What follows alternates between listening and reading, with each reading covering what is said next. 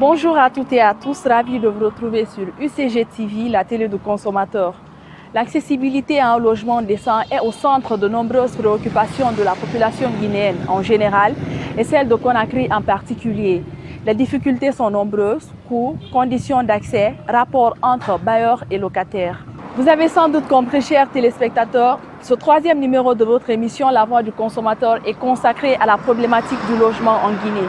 Suivez. J'ai dit au gars de la boutique Canal+, tu m'as reconnu. C'est pour ça que tu me fais un prix, hein? Et le gars me dit, pas du tout. C'est le nouveau prix. Et je lui demande, il y a tous les programmes dedans.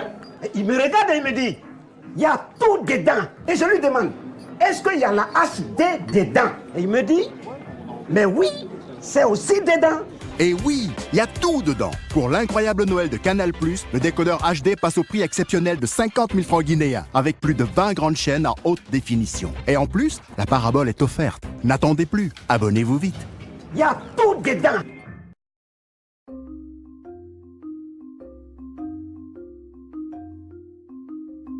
L'accessibilité au loyer est en gros très difficile. Très difficile sur plusieurs critères. Le premier critère, c'est l'adéquation du pouvoir d'achat des demandeurs de loyer et le coût du loyer. La grande majorité des demandeurs de loyer ont un montant qui est relativement en bas du prix proposé par les promoteurs ou même par les propriétaires. L'autre problème qui un peu impacte aussi l'accessibilité au loyer, c'est l'enclavement des quartiers à Conakry. La plupart des quartiers ne sont pas accessibles. Aujourd'hui, on se pose plein de questions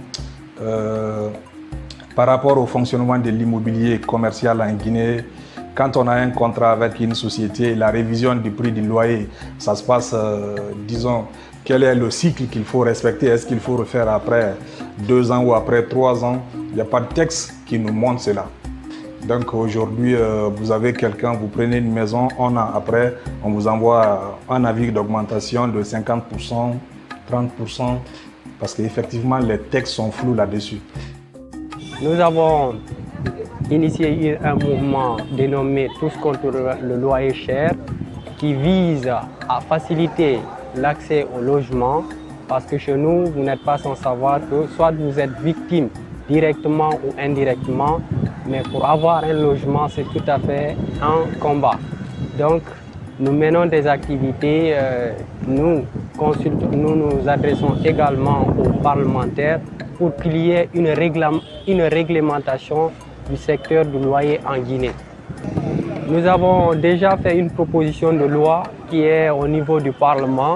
Donc, c'est d'adopter cette loi. Parce que si nous voyons dans les autres pays comme le Sénégal, comme la Côte d'Ivoire ou bien le Burkina, on ne demande pas 2 ans d'avance, on ne demande que 3 mois, c'est-à-dire 1 mois d'avance et 2 mois d'avance et 1 mois de caution. Nous avons déjà entrepris des actions de sensibilisation déjà. Hein.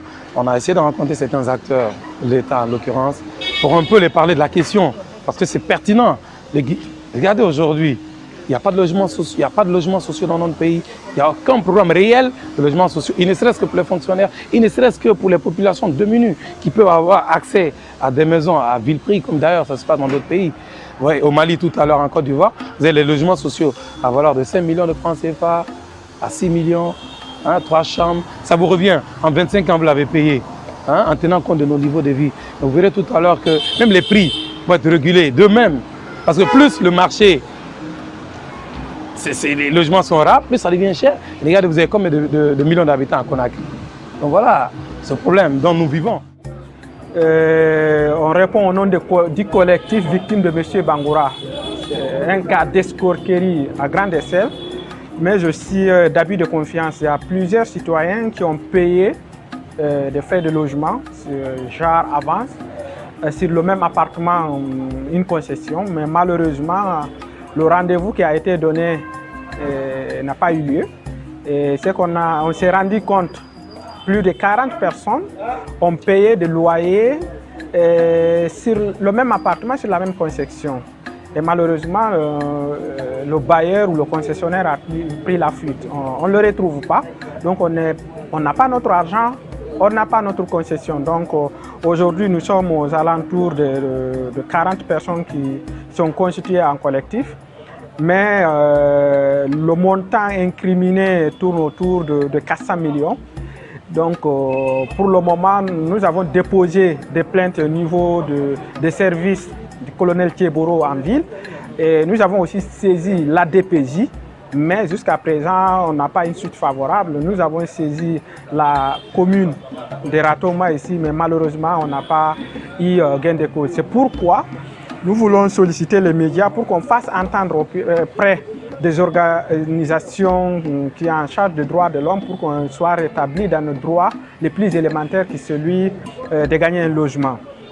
Donc c'est extrêmement important. Aujourd'hui, les citoyens sont victimes avec la complicité de démarcheurs. C'est un problème vraiment important que les médias doivent relayer à grande échelle pour que vraiment de telles pratiques, escroquerie et abus de confiance de grande échelle ne se répètent plus. Donc aujourd'hui, on est en train de se battre parce que nous en appelons à l'État. Soit on saisit le bâtiment pour nous faire rembourser, ou bien on va se faire entendre et nous ne souhaitons pas arriver au pire. L'appel que nous lançons à l'endroit du gouvernement, c'est un peu de s'impliquer pour réglementer le fonctionnement des agences immobilières en Guinée. Et essayer de mettre en place des textes clairs qui encadrent ce fonctionnement. Là, c'est un besoin qui est là, c'est un besoin qui est pressant. Il faut mettre de l'ordre dans ce milieu, il faut voir comment organiser le travail des agents indépendants, des agents immobiliers indépendants qu'on appelle des démarcheurs. Ça y va de la sécurité des Guinéens, de la diaspora guinéenne qui investit dans l'immobilier, mais également des investisseurs étrangers qui viennent et qui trouvent que l'environnement, disons, juridique du milieu est assaini et que tout est en place. Et donc nous, les recommandations que nous faisons à l'État, c'est de dire à l'État de tenir compte du niveau de vie des Guinéens, donner des gens un logement, faciliter l'accès au logement social aux Guinéens, c'est déjà contribuer extrêmement dans le cadre de niveler et d'augmenter son niveau de vie et qu'il puisse vivre dignement. Parce que loger bien, loger décemment, c'est déjà avoir une bonne santé, c'est déjà être épanoui. Parce qu'effectivement, la dignité commence par le logement pour nous. Il est à noter que le gouvernement guinéen a entrepris la construction de plusieurs logements sociaux et de nombreuses conventions ont été signées dans ce sens. Nous espérons qu'ils soient accessibles à tout un chacun, sans oublier qu'une réglementation du secteur s'impose à plus d'un titre. À très bientôt pour un autre numéro.